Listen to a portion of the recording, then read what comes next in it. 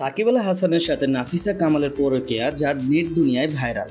সাবেক সংসদ সদস্য এবং ক্রিকেট দুনিয়ার নাম্বার 1 অলরাউন্ডার সাকিব আল হাসানের বিরুদ্ধে এক মেয়ে অভিযোগ তুলেছেন।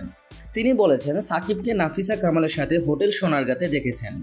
Number 3, Shakib Al Hasan, and only in Bangladesh. Serial cheater. আমি Pan Pacific সোনারগাঁও কাজ করতাম, the hotel in সোনারগাঁও. আমাদের he booked multiple rooms with a woman that wasn't his wife. That wasn't Shishir. Shishir ছিল না ওই বেটি. She was, I don't remember her name, but she's famous in the cricket industry too. ও কোন একটা কোম্পানির মালিক বা কিছু একটা ওই মহিলাটা, বাট এই বেটির সাথে বারবার রুম বুক হইতো, and she knows it.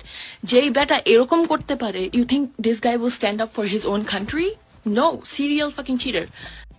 এবং আনসার আলম নামে এক ব্যক্তি তার ফেসবুকে বেশ কিছু ছবি এবং সিসি ফুটেজ পোস্ট করেছেন। সেখানে স্পষ্টভাবে প্রমাণ মিলেছে এবং তিনি আরও বলেছেন নাফিসা কামাল ও সাকিব আল হাসান হোটেল সোনারগাঁতে 4 দিনের জন্য রুম বুক করেছেন, সেখানে ছিল না তারা, যা নিয়ে নেট দুনিয়া অনেক বিতর্ক ও সমালোচনা সৃষ্টি হচ্ছে।